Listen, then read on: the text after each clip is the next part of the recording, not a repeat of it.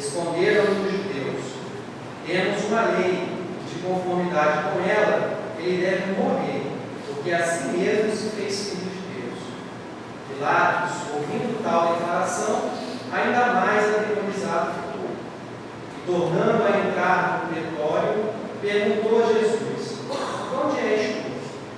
Mas Jesus não lhe deu resposta. Então Pilatos o advertiu: não me respondes? Não sabes que tenho autoridade para te soltar e autoridade para te crucificar? Respondeu Jesus: nenhuma autoridade teríeis sobre mim se de cima não te fosse dada. Por isso, quem me entregou a ti, maior pecado tem. A partir deste momento, Pilatos procurava soltá-lo, mas os judeus clamavam: se soltas a este, não és amigo de César. Todo aquele que se faz rei é contra César. Ouvindo Pilatos estas palavras, trouxe Jesus para fora e sentou-se no tribunal, no lugar chamado Pavimento, no hebraico Gaba. E era a Parasceve Pascal, cerca da hora sexta, e disse aos judeus: eis aqui o vosso rei. Eles, porém, clamavam: fora, fora, crucificam-o. Disse-lhes Pilato: hei de crucificar o vosso rei? Responderam os principais sacerdotes: não temos rei, senão César. Então Pilatos o entregou para ser crucificado. Tomaram eles, pois, a Jesus, e ele próprio, carregando a sua cruz, saiu para o lugar chamado Calvário, Gólgota em hebraico, onde o crucificaram, e com ele outros dois, um de cada lado, de Jesus no meio. Pilatos escreveu também um título e o colocou no cimo da cruz. O que estava escrito era: Jesus de Nazareno, o Rei dos Judeus. Muitos judeus leram este título porque o lugar em que Jesus fora crucificado era perto da cidade e estava escrito em hebraico, latim e grego. Os principais sacerdotes diziam a Pilatos: não escrevas Rei dos Judeus, e sim que ele disse: sou o Rei dos Judeus. Respondeu Pilatos: o que escrevi? Os soldados, pois, quando crucificaram a Jesus, tomaram-lhe as vestes e fizeram 4 partes, para cada soldado uma parte, a túnica toda tecida de alto a baixo.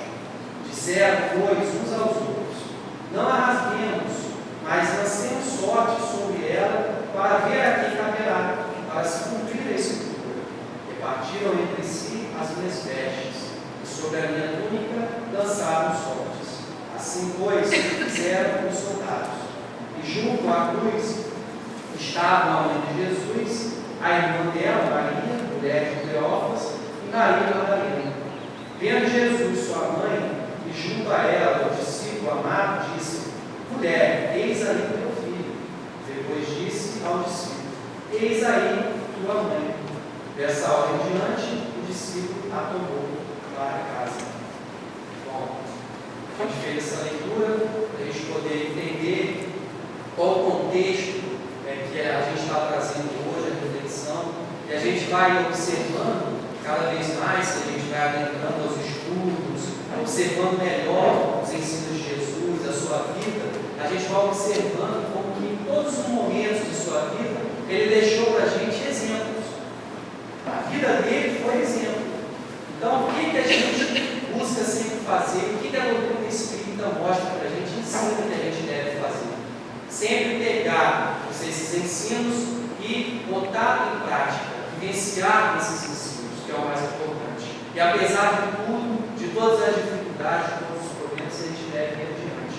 Então a gente vai pegar, a gente tentou pegar trechos que chamam mais a nossa atenção durante essa leitura e fazendo um pandan paralelo com o que a doutrina espírita traz para a gente de ensinamento. E no primeiro momento, que chamou mais a nossa atenção e que a gente relacionou com a nossa sociedade, a nossa família, os nossos defeitos, as nossas dificuldades, foi o trecho que ele diz assim: chegaram-se a ele e diziam: salve Rei dos Judeus, e davam-lhe bofetadas, ou seja, mediam Jesus, Além de ele estar preso, passando por dificuldades, por cordões de espinho, com palavras de ironia, palavrões, ainda era agredido. Mas o que esse momento traz para a gente de reflexão, que ensina para a gente, é a questão do não retribuir o mal com o mal. Da gente não revidar tudo isso que as pessoas fazem conosco e que a gente não gosta, que prejudica a gente não deve fazer. E no Evangelho, o primeiro momento que a gente pegou de destacou foi na introdução do Evangelho segundo o Espiritismo, quando tem lá o resumo da doutrina de Sócrates e Platão. Uma informação que já está aí no planeta Terra desde antes de Jesus, há 400 anos de Jesus, mais ou menos, ou seja, 2.400 e poucos anos atrás, desde que Sócrates habitou o planeta. E ele diz assim para a gente: jamais se deve retribuir justiça com injustiça, nem fazer o mal a ninguém, qualquer que seja o mal que nos tenha feito. Poucas pessoas, entretanto, admitem esse princípio, e as que não concordam com ele só podem desprezar-se umas às outras. Informações, pensamento de Sócrates e Platão, mostrando para a gente essa questão que hoje em dia é tão difícil para a gente. A gente tem uma tendência a revidar sempre na mesma moeda, devolver. A gente se envolve com aquele ódio, com aquela raiva, que na verdade a doutrina espírita mostra para a gente que isso é orgulho, é egoísmo, é vaidade. Quando a gente é atacado e a gente não pode ficar por baixo, o que a gente faz? A gente revida, a gente quer mostrar que a gente está por cima, então a gente agride. E aí, a gente já sabe que hoje em dia, a gente já consegue compreender com a doutrina que existe uma lei de causa e efeito. Toda ação tem uma reação. Tudo que eu faço, eu vou responder lá na frente. O que eu planto, eu colho. Ah, não, mas ele fez primeiro comigo. Eu fui ofendido primeiro. Aí a gente vai lá para aquela frase assim: o erro não justifica o outro. Se ele errou, se ele fez de errado, ele vai colher os frutos deste erro. Mas agora não justifica eu fazer a mesma coisa com a pessoa. Eu vou sofrer as consequências também. Então, quando ele coloca isso para a gente, mostrando para a gente que enquanto nós ficarmos presos nessa questão do ódio, da vingança, da revolta, o mundo não vai ter paz. Porque todo mundo quer paz. Todo mundo fala, mundo, né? Muito conflito, muita confusão, muito problema. Tá, mas o que eu estou fazendo para melhorar o mundo? O que eu estou fazendo, o que eu estou mudando em mim para que o mundo possa mudar também? Porque eu faço parte do mundo. Agora eu vou ficar em casa assistindo televisão, julgando os fatos, os acontecimentos que tem aí na sociedade, no mundo inteiro, falando o que é ruim, o que é bom, o que não é, mas, no entanto, eu não faço nada. Eu continuo fazendo as mesmas coisas dentro de casa, do lar, com os amigos, com a família, no trabalho, enfim, todo o meu contexto social. Eu não paro para refletir sobre isso. E aí a gente vai lembrando também quando o Evangelho incentiva a gente a amar os nossos inimigos. A gente confunde a questão do amar, né? Muitas vezes a gente confunde. E aqui nesse contexto, a questão do inimigo, a gente não deve entender somente aquele assim, igual filme, né? Tem um cara do bem e um cara do mal. Então ele é o inimigo e eu sou o cara do bem. Não. O inimigo nosso é todas aquelas pessoas que a gente tem dificuldade de relação, tendo feito alguma coisa de mal para mim ou não. E aí a gente vai vendo, né, que a gente interpreta de uma forma errada. E aí a gente vai tentar esclarecer e ficar na nossa mente muito claro o que o Evangelho coloca para a gente. Quando ele fala assim, amar os inimigos é não ter contra eles nem ódio, nem amor, nem desejo de vingança. É perdoar sem segundas intenções e sem restrições do mal que nos fizeram. É não colocar nenhum obstáculo à reconciliação. É desejarmos o bem em lugar do mal. É ficar alegre em vez de triste com o bem que nos aconteça. É estender-lhes a mão para socorrê-los em caso de necessidade. É evitar por palavras ou ações tudo que possa prejudicá-los. É, enfim, retribuir-lhes o mal com o bem, sem intenção de humilhá-los. Aquele que assim proceder, cumpre plenamente o mandamento: amai os vossos inimigos. E aí a gente para e pensa: como é que eu vou perdoar um cara que assassinou meu filho. Uma pessoa que eu tanto amo, que eu gosto. Aquela pessoa que eu tenho um carinho enorme, que fez o mal, prejudicou a minha família, alguém que eu gosto muito. Como é que eu vou perdoar esse cara? Aí ele fala pra gente, ó, você não precisa ir lá e falar, eu te perdoo, não sei o que, falando, abraçando, beijando. Não é isso que o Evangelho pede da gente. Perdoar e limpar o seu coração. Porque a gente é muito preso a esses atos exteriores. Ah, não, vou lá mostrar que eu perdoei. Não, não precisa. E muitas vezes a gente age com falsidade. Vai lá, finge que está tudo bem, mas no entanto a gente está querendo prejudicar de alguma maneira, difamando a sua imagem, falando mal, alguma coisa que vai vingar de certa forma. E no entanto ele fala que não, a gente não precisa se preocupar com isso. A gente tem que se preocupar em olhar para dentro de si. Qual a sua intenção? O que está passando no seu coração, na sua mente? E aí ele fala, olha, encaminha isso, esse ódio, esse rancor, essa raiva, esse desejo de vingança. Encaminha isso, faz uma prece, faz uma oração. Busca esquecer isso. É fácil? Não é fácil. É difícil e é doloroso também. Porque até ontem a gente estava totalmente, maquinalmente, vivendo a vida. Um dava um soco aqui, outro dava um soco ali, um tapa ali, outro tapa, enfim, sem refletir. E agora a doutrina espírita bota a gente para pensar, para refletir. Nós estamos no cérebro espírita, da razão. A gente tem que pensar. E aí ele fala, ó, você não vai estar prejudicando ninguém alimentando esse sentimento. Você vai estar prejudicando somente você.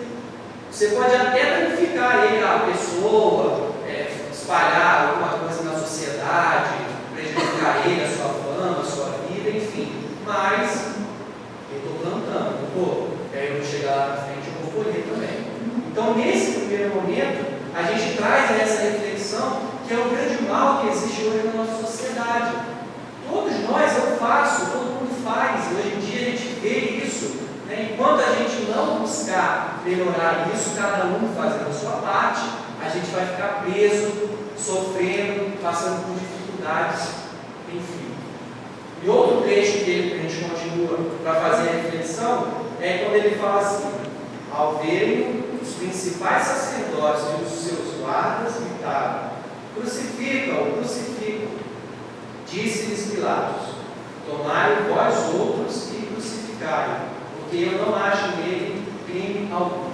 Quem não conseguiu compreender nesse momento?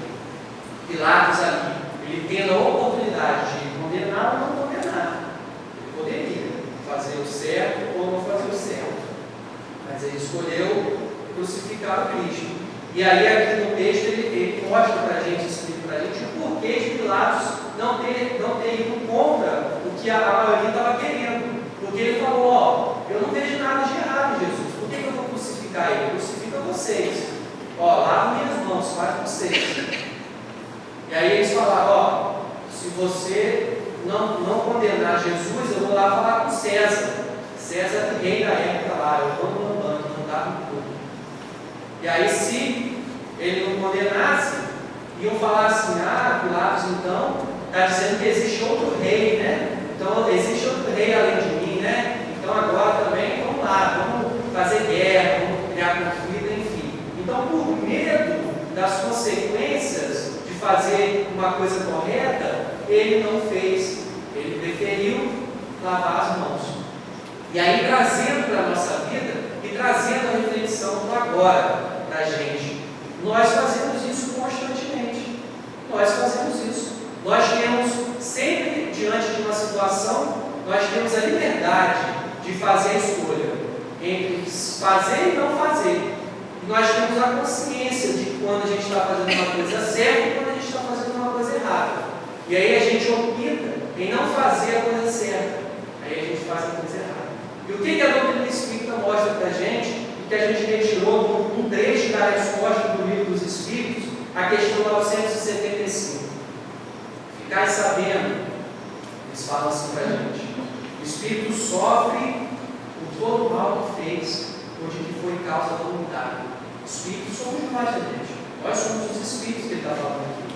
Nós sofremos por todo o mal que nós praticamos. Nós vamos sofrer as consequências.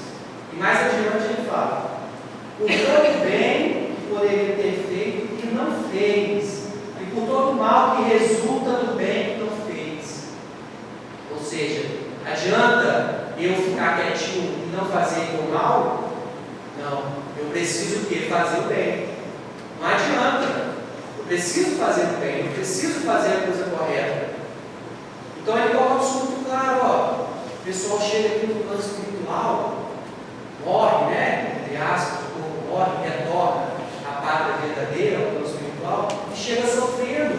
E muitos chegam lá decepcionados, porque falam assim, mas eu fui um homem de bem, eu não fiz mal a ninguém, não prejudiquei ninguém, não fiz nada. Tá, meu amigo, mas o que você fez de bom para as pessoas? Você viveu uma vida de egoísmo? Preso em casa? Restrito nos seus valores, nas suas crenças, e sem querer auxiliar as pessoas à sua volta? E aí? Uma árvore improdutiva, não produziu nada. Então nós sofremos as consequências desses atos. E a doutrina espírita é um incentivo constante a nós para a gente poder se movimentar, mover. Nós precisamos se mover, sair do nosso mundinho. E quando eles falam para a gente que quando a gente se movimenta e a gente sai do nosso mundo e tenta auxiliar a pessoa no mundo dela, que está passando suas dificuldades, eles dizem para a gente que o nosso problema vai ficar pequenininho. É como se a gente não estivesse passando problema. Porque quando a gente se fecha nas nossas dificuldades e fica preso nelas, aí fica grandão, parece que a gente vai fazer uma tempestade no tal lugar. Mas quando a gente sai e vai ajudar o outro que está com sua dor, a gente escuta o que o outro relata para a gente vê o que está acontecendo e a gente fala assim, poxa, eu não estou sofrendo nada. Porque a pessoa está lá, sofrendo nada. E eu estou aqui, não sofrendo nada. Está sofrendo, não tem ninguém para ficar com ela, está sozinha e ainda assim está sorrindo. E eu estou aqui reclamando porque eu tropecei ali, machuquei o pé e estou chorando. Enfim, ele traz essa reflexão para a gente. E aí, o que isso gera para a gente? A aflição, dor, sofrimento, dificuldades que gera para a gente. E aí ele fala no capítulo 5 das causas atuais das aflições. Causas atuais. As causas dessa vida, dessa encarnação. Fala para a gente assim: quantos homens caem por sua própria culpa? Porque a gente tem aquela mania assim, porque é coisa de vidas passadas, coisa de vidas passadas, isso aí aconteceu aí, eu estou sofrendo. Ou então a gente fala, não, foi fulano que fez comigo, foi por causa disso, foi por causa daquilo, enfim, 1001 desculpas para justificar as nossas dificuldades. E aqui nesse momento ele vai falar que não tem esse negócio de que foi vida passada, de que foi os outros, não. Ele fala que nós mesmos somos os culpados. E os resultados da nossa vida, das dores, é dessa encarnação. 99% das dores é dessa encarnação. Existe sim resultado das outras existências, mas é uma minoria. Porque ele sabe que a gente é tão elevado, tão bagunceiro, que a gente afronta tanto nessa encarnação, que os nossos mentores, Jesus, Deus, ele não permite, por hora, a gente sofrer as consequências dos erros de outras encarnações. Aí eles falam assim, vamos fazer um combinado. Vocês vão dar conta só dessa encarnação, depois a gente conversa e acerta o resto. É isso. É assim, bem popular para a gente poder compreender. E aí ele fala, quantos são vítimas de sua própria impertinência, ou seja, desleixo, descuido, de seu orgulho e de sua ambição? Quantos são, será? Será que a gente é desleixado, orgulhoso, ambicioso, aquela pessoa que só busca realizar conquistas de bens materiais, conquistar aquilo que ele quer, na ambição de ter, e aí chegar lá na frente, por descuido, por não pensar direito, ele cai, se machuca, se fere, se danifica, chora, sente dor, e aí quer falar o quê? Não, mas foi por causa disso, foi por causa daquilo. Não, ele fala que não, que é por sua própria culpa. E outra citação que ele faz para a gente. Isso aqui é o que acontece demais na nossa sociedade. Quantas uniões infelizes, porque foram o resultado do interesse ou da vaidade, e na quais o coração não teve nenhuma participação. Ou seja, união, casamento, namoro, enfim. Quantas pessoas são infelizes por conta disso? No momento em que estava lá arrumando seu parceiro, estava interessado em alguma coisa. Coração, sentimento, não estava envolvido.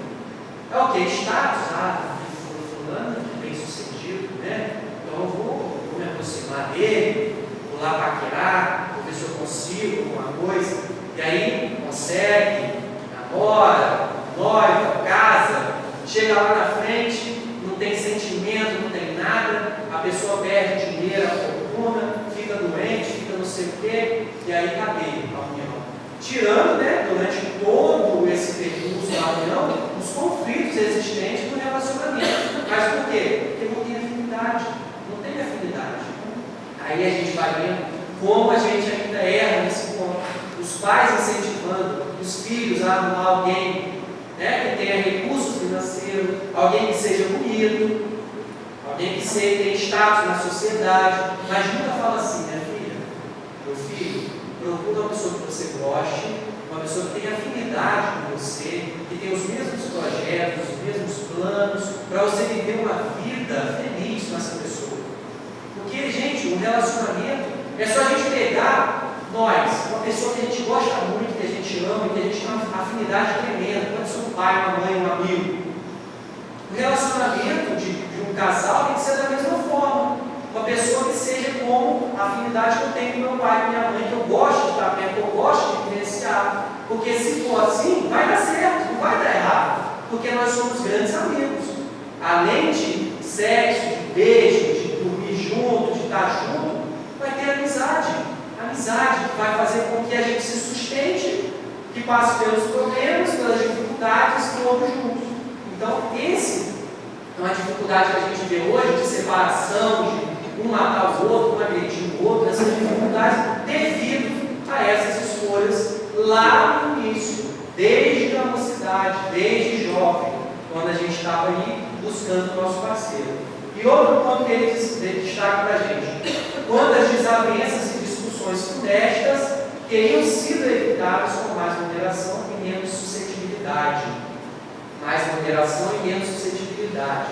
A gente, às vezes, é aquela pessoa melindrosa, né? Tudo que fala para a gente, fala comigo, estou triste, não sei o quê, não aceito. Ou seja, suscetível, a pessoa tudo fala com ela, ela acha muito, ela acha que não era para fazer com ela, e há uma confusão em tudo. Então ele fala, quanta confusão teria sido evitada se no momento de uma conversa familiar surgiu uma discussão, um problema, e eu só fechasse a boca.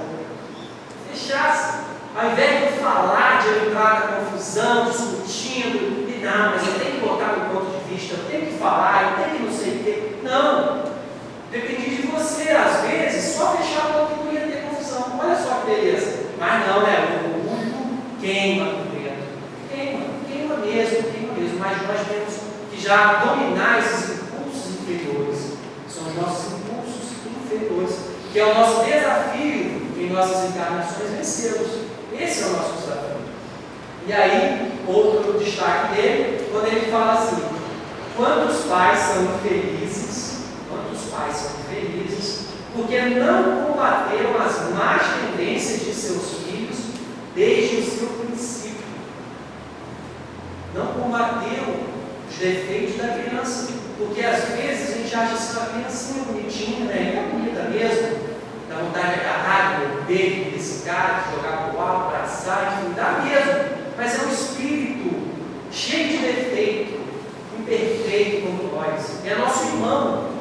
E que Deus confiou a nossa tutela para que a gente pudesse encaminhar esse espírito para o bem. Então, a criança se mostra completamente. Dá para a gente ver as tendências dela, mas aí a gente não restringe, não educa da forma que tinha que fazer. E ainda mais, a gente faz o contrário, a gente estimula os defeitos da criança. A gente ensina um monte de coisa errada, a gente ensina a falar palavrão, ensina a não ter aquela coisa que o menino tem que ser pegador, a menininha, não sei o quê, aí isso incentiva o menino, não, menino, você tem que dar em cima mesmo. Aí chega lá no futuro, o menino não dá certo com ninguém. Já tem a tendência, né, daquele espírito já com essa dificuldade dificuldade, chega lá na frente, está com um, casa com um, trai a outro, confusão aqui, confusão ali. E aí, eu vou querer depois chorar. Ah, mas meu filho não sei o que. Sim, chora sim, está sentindo dor, chora, bota para fora. Mas tenha consciência e reflita sobre a educação que você deu ao seu filho. E reflita ainda mais o exemplo que você deu. Porque não é apenas falar. Ah, eu falei, eu sempre falei. Mas fez? Você fez? Você falava e fazia outra coisa? Porque a criança aprende, é como uma esponja, ela absorve tudo, ela aprende tudo. O que ela vê, ela reproduz. Então, a gente tem que passar em revista para a gente ver o que a gente fez de verdade. E aí ele fala, por fraqueza ou indiferença, esses pais deixaram que neles se desenvolvessem os germes do orgulho, do egoísmo e da boa vaidade que ressecam o coração. Posteriormente, ao colher o que semearam, admiram-se e afligem-se com a falta de respeito e gratidão desses filhos. Então, nós não temos que nos surpreender. A gente tem que, sim, assumir a responsabilidade, a gente tem que ter coragem. Da mesma forma que a gente errou, a gente vai buscar agora acertar. Se eu errei na educação, eu vou tentar agora fazer o correto. Para que a gente possa fugir dessa lamentação que não produz nada. Ao contrário, paralisa, a gente fica preso, se queixando, e a gente vai arrumando mais conflito e mais dificuldade na nossa vida. Porque como a gente não assume que o defeito está em nós, a gente tem que falar que o defeito está em alguém. E aí a gente fala que está na avó, está no tio, está no primo, está, enfim, nos amigos. Quantas mães não falaram, porque eu estou com aquele menino? Está fazendo isso porque anda com fulano. Fulano que chamou ele para fazer isso. Ah, tá, sou filha santa, não sei. E nós não conhecemos a doutrina espírita, né? Que esclarece para a gente que não tem ninguém santo aqui no planeta Terra. E para a gente ir encerrando, porque eu acho que aquele ponteiro ali está errado, ele está muito errado, a gente vai fazer o outro trechozinho, que ele fala assim: tomaram eles, pois, a Jesus. E ele próprio, Jesus, carregando a sua cruz, saiu para o lugar chamado Calvário, Gólgota em hebraico.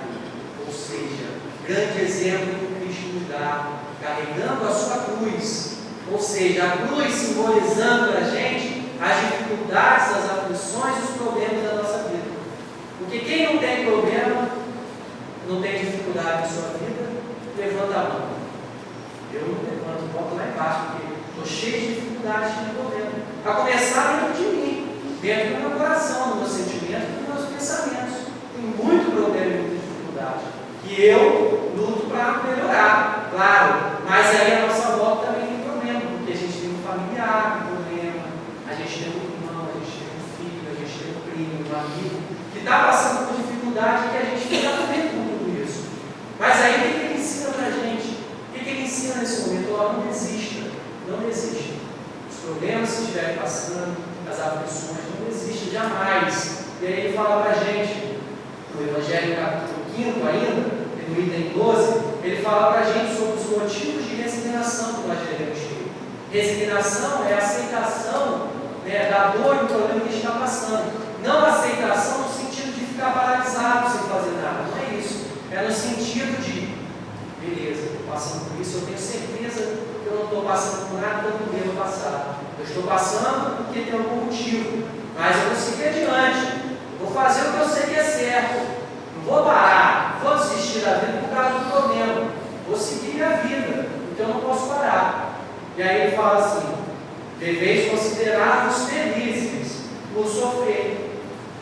Deveis considerar-vos felizes por sofrer. E aí a gente pensa assim: poxa, feliz porque estou sofrendo? Está brincando, né? Ele fala assim: não, é isso mesmo. Fique feliz, porque vossas dores neste mundo são a dívida das vossas faltas passadas.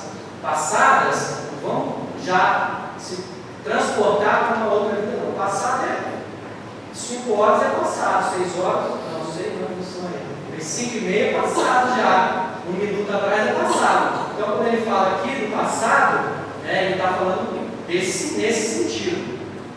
E essas dores, quando suportadas pacientemente sobre a terra, vos poupam séculos de sofrimentos na vida futura.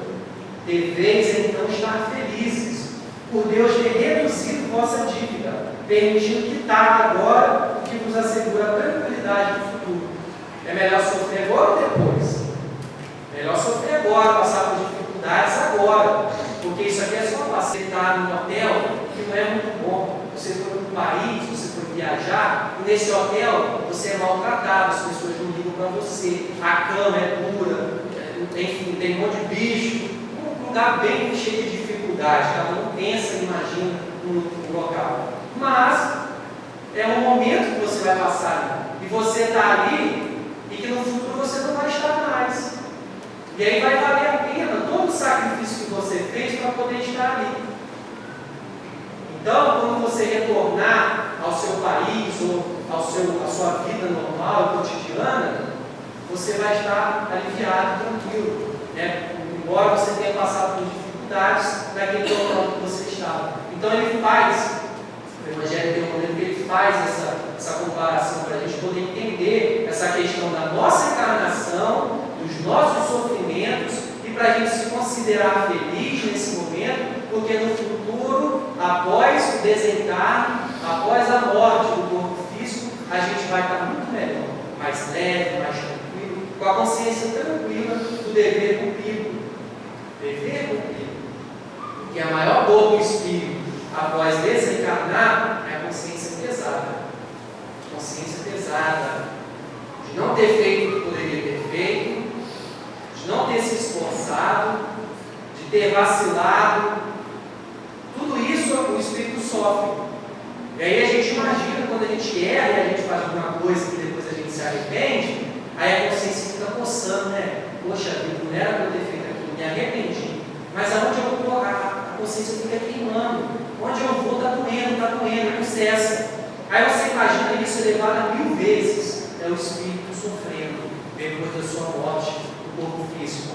Então, esses ensinos de Jesus, mostrando para a gente em particular esse momento da sua crucificação, chamando a nossa atenção a aproveitar a nossa encarnação, aproveitar a nossa vida e aproveitar ainda mais esse contato que nós temos com a doutrina espírita, porque a doutrina espírita, como bem compreendida e bem entendida, vai revolucionar a nossa vida, vai mudar completamente.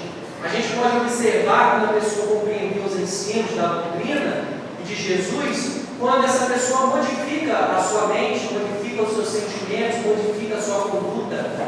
Ele toma um choque e ele modifica, porque ele compreendeu de verdade o que Jesus quis dizer. E esse, sim, vai fazer a diferença na sociedade. Esse vai fazer com que as pessoas se espelhem nele, vai arrastar multidões. Esse vai, porque ele entendeu os ensinos de Jesus e está aproveitando a sua encarnação, renunciando aos seus defeitos, renunciando às suas dificuldades e lutando para se melhorar. Então, que a gente possa aproveitar essa oportunidade, que é única, a gente está tendo essa oportunidade. E se a gente não aproveitar, a gente vai sofrer as consequências, claro. Mas sempre lembrando, as dificuldades existem, os problemas existem, mas Jesus está sempre do nosso lado. Nunca abandona a gente. Às vezes nós é que o abandonamos, mas ele não nos abandona. Lembra da música? Quando eu estava lá, né, só um rastro na areia, você me abandonou. Mas não, meu filho, eu não te abandonei não. Os seus momentos de dor, de aflição, na hora que tudo parecia estar perdido, eu estava te carregando no colo. Aquele passo que estava lá era meu. Então que a gente possa lembrar disso para que a gente, no momento que estiver em aflição, dificuldade, a gente perceba a presença